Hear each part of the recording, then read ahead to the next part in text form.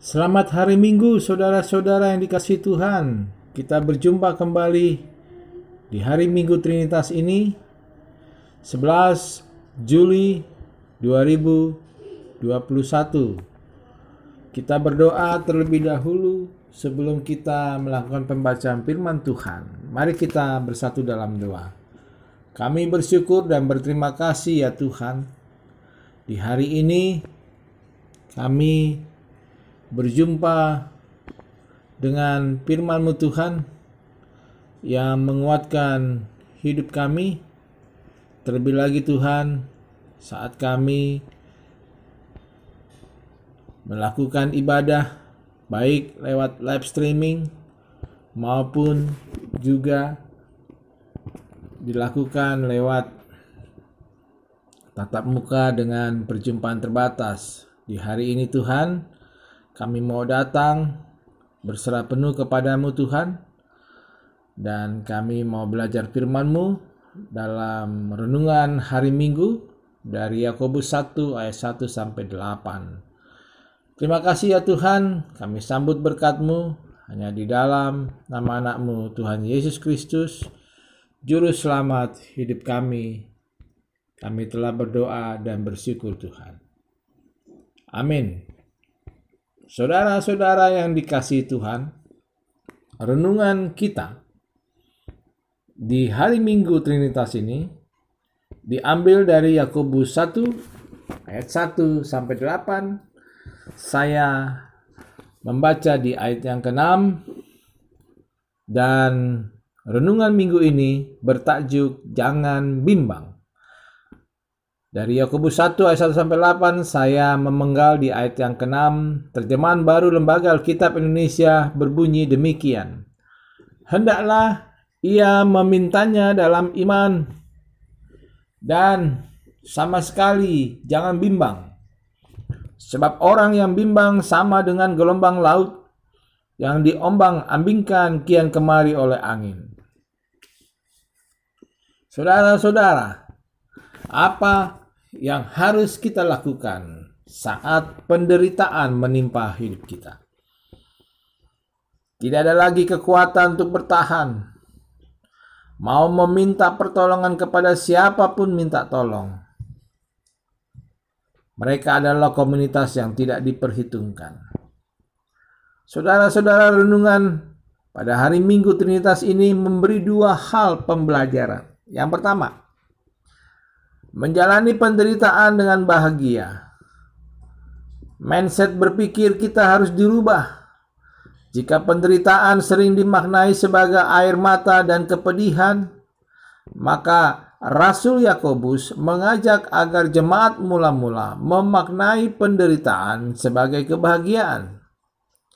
Sebab mereka menderita bukan karena kesalahan atau perbuatan mereka yang tidak benar.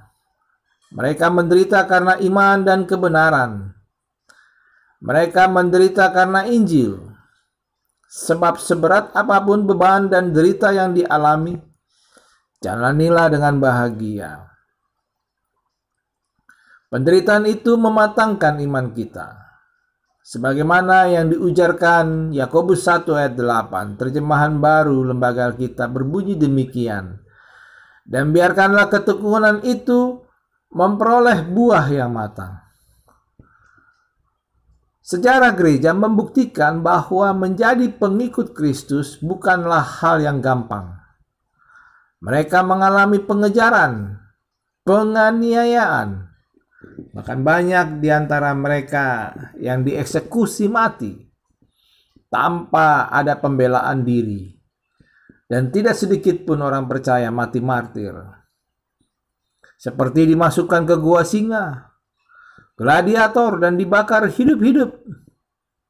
Sekalipun demikian berat penderitaan yang dialami gereja mula-mula, fakta membuktikan bahwa kekristenan tidak semakin berkurang, tetapi semakin bertambah-tambah. Ingatlah tulisan penulis Ira PhD yang mengatakan semakin dibabat semakin merambat. Semakin dihimpit, semakin melejit. Pengikut Tuhan Yesus harus memiliki daya tahan dan daya juang.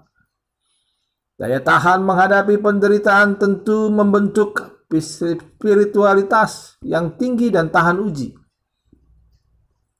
Seperti tulisan Paulus dalam Roma 5 ayat 3-5. Dan bukan hanya itu saja, kita malah bermegah juga dalam kesengsaraan kita karena kita tahu bahwa kesengsaraan itu menimbulkan ketekunan. Dan ketekunan menimbulkan tahan uji, dan tahan uji menimbulkan pengharapan. Dan pengharapan tidak mengecewakan, karena kasih Allah telah dicurahkan di dalam hati kita oleh Roh Kudus yang telah dikaruniakan kepada kita. Jika ada penderitaan, jangan dianggap sebagai beban yang menjatuhkan, tetapi terimalah dan jalanilah sebagai proses pembentukan pribadi yang matang, dewasa, serta tangguh menghadapi masalah. Penderitaan itu membentuk pribadi yang tangguh dan tahan uji, maka janganlah berputus asa, sebaliknya bahagialah. Ambil maknanya, karena ada rencana Tuhan yang baik di balik penderitaan kita. Kedua, adalah meminta dengan yakin kepada Tuhan dan jangan bimbang. Berpendirian teguh dan tidak mudah diombang-ambingkan rupa ajaran. Seperti tulisan Yakobus 1 ayat 6. Hendaklah ia memintanya dalam iman dan sama sekali jangan bimbang. Sebab orang yang bimbang sama dengan gelombang laut yang diombang-ambingkan kian kemari oleh angin. Nah, saudara-saudara, dalam renungan hari Minggu ini, beriman identik dengan berpendirian kokoh, tidak bimbang dan tidak ragu. Orang yang mendua hati tidak akan tenang dalam hidupnya. Seperti banyak contoh-contoh Alkitab yang menjadi teladan dalam iman yang berpegang berpendirian kokoh. Seperti Abraham, beriman tanpa ragu. Tidak ada ragu sedikit pun baginya di saat Tuhan meminta Abraham mempersembahkan Ishak.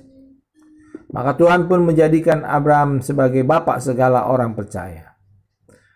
Nuh, beriman berarti taat mengerjakan sesuatu yang mustahil.